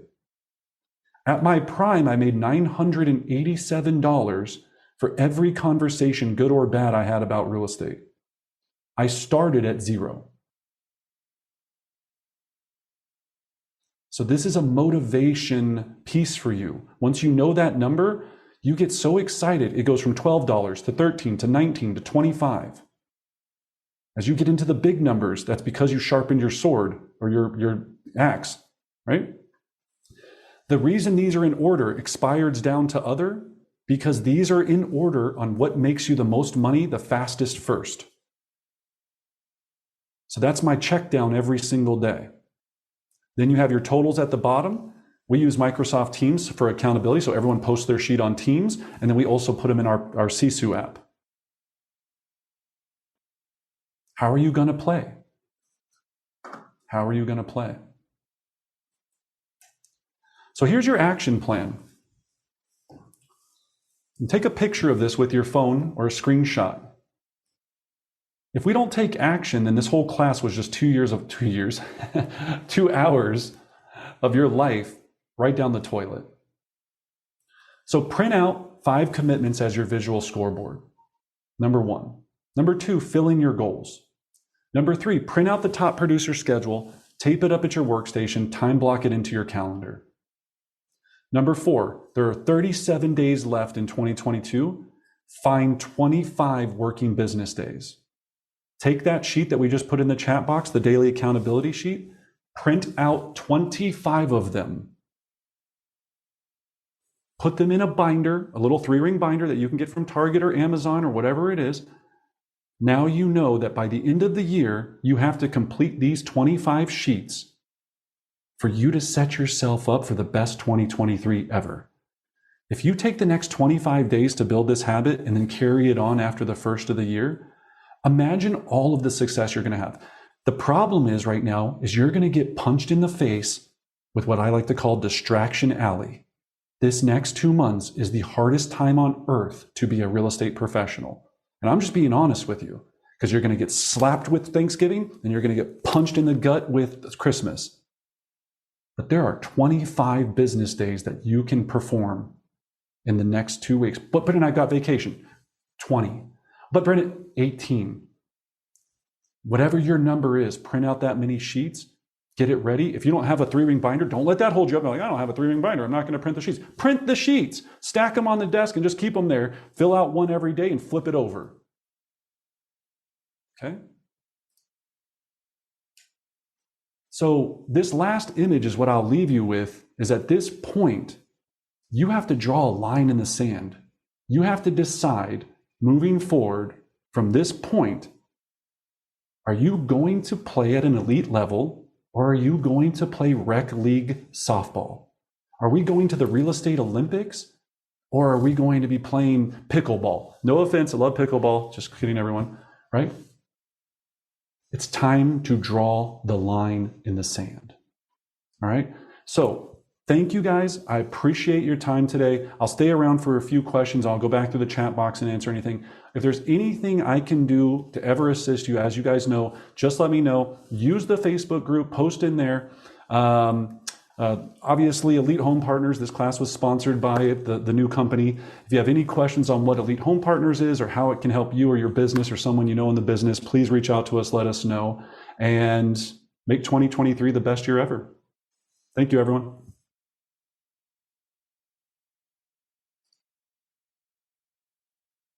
All right. Woo. It's a lot, right? Who feels like crying? It's kind of overwhelming, isn't it? Like it's a bit overwhelming at times. Does anybody feel like it's less scary now, or is it more scary? Or you just don't know. You're like, holy shoot, I don't know. I think it's less scary. Thank you. That's kind. Because at least we can hope for one. Yes. There's lots of opportunity coming. I think we just need to have a plan to get there. So thank you for class today. I really, really appreciate it. My pleasure. Yeah. That's the biggest piece. We got to have a plan, right? We have to have a plan. Yeah. Less scary. I'm glad. Anna, did we miss any questions? The Facebook group is Brendan Bartic Real Estate Coaching. So if you're looking for that Facebook group, Brendan Bartic Real Estate Coaching. Yep. And if you haven't checked out our YouTube channel, Brendan Bartic Real Estate Coaching official YouTube channel, we have over 250 different training and educational videos about all aspects of the real estate industry, how to be a better agent, how to grow a team, how to increase your lead gen, anything you're looking for, definitely check that out. I did receive several questions about the resources. You're in good hands. We're going to send an email following this with every resource, the daily accountability sheet, the top producer schedule, everything you saw, the 4 planets. We're going to get that out to you along with a copy of the recording so you can kind of go step by step again with our official resources so you don't miss a beat. That's why she's amazing. And just want to give a shout out. None of this happens without Anna. All those beautiful slides, everything that you see, she truly is phenomenal. So thank you, Anna, for making this all possible. link for YouTube channel. We'll throw it in there. Again, just go to YouTube, put in Brendan Bartic, boop, I will pop up. Subscribe, hit the bell. I make about 10 cents for every video you watch, so appreciate that. I would really watch them a couple times so I can get rich off YouTube. That'd be awesome. It's not that lucrative, unfortunately, but every little bit helps, every little bit helps. But well, wonderful. Well, if there's nothing else that I missed, then let's go to work, guys. I wish you great success, and call me if I can do anything to help. Thank you. One quick question. This doesn't really have to do with anybody else. No, Alex, please. I was doing a cold call, and I actually found a lady in Franktown who's got a property who was expired for 1.45 million. And I wanted to invite her to that, how we're all going there on Sunday. And I was just curious if there was an ad for that property that I could send her to, show her how we do things, where I could find that. Well, let's talk offline because we're doing a large team for that luxury listing. But I don't know if we'd bring her to that. That's more internal. Okay. Well, I'm glad I asked. No, good thing. But so where did you leave it with the person? She was actually at work. I took 15 minutes of her time, and she wanted to sell, and I was telling her about our innovative programs, and she took down my number, and she seemed genuinely interested. So. Okay, awesome. Well, you can take that sold in 65 text, that issue link, right? The one we sent out the other day in the training. Take that sold in 65 link and text it to her. Okay. Yeah. Okay. And just say, hey, I wanted you to see some more details on the most innovative real estate program. She'll review that sold in 65 play. And then just say, I'd love to come over and speak with you about how we can get your home sold. Okay. Thank you. Yeah. Cool. Sorry, everybody else, for making you listen. Sorry, to that. everyone. We're just doing live real-time coaching here. Well, cool. I'm going to go. You guys are great. If there's anything else I can do, give me a call. Take care.